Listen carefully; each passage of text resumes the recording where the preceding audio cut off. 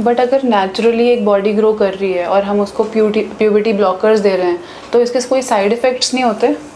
इसके puberty blockers के इतने साइड इफ़ेक्ट्स नहीं होते। हाँ, वो सेफली दिया जाता है under the guidance of A hormone specialist और एंडोक्रिनोलॉजिस्ट, और वो बॉडी में टेस्ट करा के देखते रहते हैं कि कोई किसी भी तरह के लिवर है, किडनी है, मेन ऑर्गन्स पे कोई फ़र्क तो नहीं पड़ रहा और कोई हार्म तो नहीं हो रहा पर्सन को। ओके, पर ये कितना कॉम्प्लेक्स हो सकता है? मतलब क्या ऐसी कॉम्प्लेक्सिटी आ सकती है हम अगर ये ब्लॉकर्स दें या फिर HRT दें या फिर इस प्रोसेस से गुजरें तो कुछ कॉम्प्लेक्सिटी, साइड इफ़ेक्ट्स कुछ हो सकते हैं जैसे कि एस्ट्रोजन अगर हम दे रहे हैं तो एस्ट्रोजन के क्या साइड इफ़ेक्ट हो सकते हैं? वाटर रिटेंशन हो सकती है, थ्रोम्बोसिस जो हो सकता है, जैसे कि जो लेग वेन्स हैं उनमें थ्रोम्बोसिस हो सकता है एस्ट्रोजन की वजह से, लिपिड प्रोफाइल वगैरह डीरेंज हो जाता है। सिमिलरली मेल हार्मोन देने से लिपिड प्रोफाइल डीरेंज हो सकता है और लिवर पे इफेक्ट कर सकता है। तो इस तरह हर एक हार्मोन्स के अलग अलग साइड इफ़ेक्ट्स हो सकते हैं जो किसी पर्सन में हो सकते हैं। इसलिए जो स्टैंडर्ड्स ऑफ केयर वो ये बताते हैं कि लगभग 3 से 6 महीने में इनके जो ये पर्टिकुलर साइड इफ़ेक्ट्स हैं, इनके जो रिलेटेड टेस्ट हैं ये करा लेने चाहिए, और अगर बाई चांस कोई एडवर्स इफेक्ट आ रहा है तो स्टॉप किए जा सकते हैं उस स्टेज पे। अब ये hormones vital to life hormones तो है नहीं, unlike for example insulin, unlike thyroid hormone जो कि वाइटल है लाइफ के लिए, उसके बिना हम जिंदा ही नहीं रह सकते।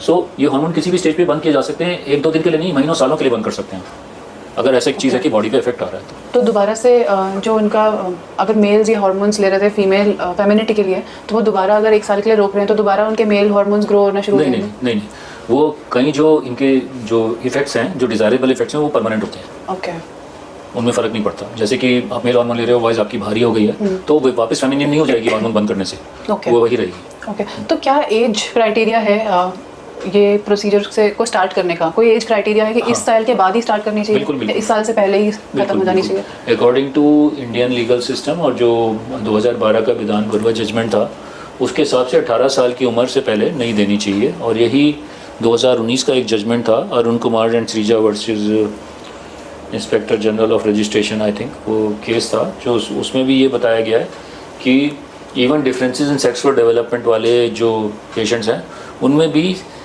एफर्मिंग सर्जरी, मतलब मेल या फीमेल एफर्मिंग सर्जरी 18 साल से पहले नहीं करनी चाहिए। Although emergency surgery can be done.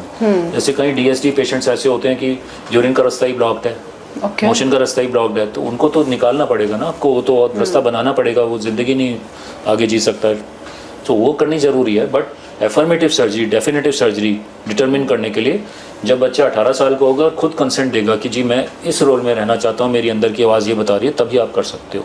So 18 years is the age, इसके बाद ही इरिवर्सिबल इंटरवेंशंस करनी चाहिए। ओके, और कोई एज है कि इसके बाद नहीं हो सकती है सर्जरी?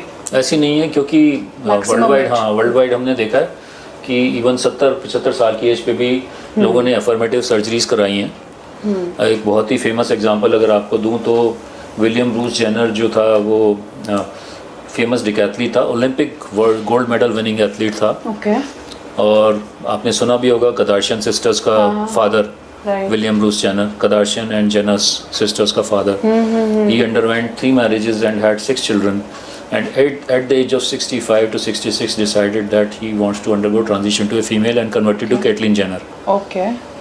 So आप देख सकते हैं कि उन्होंने 67 ईयर्स की एज पे वो कंफर्टेबल थे अपने जो उनकी मेंटल इमेज थी उसे अपनी बॉडी को अडेप्ट करने के लिए, और उन्होंने उस एज पे सर्जरी कराई। So you can go for this surgery at any age provided you are medically fit.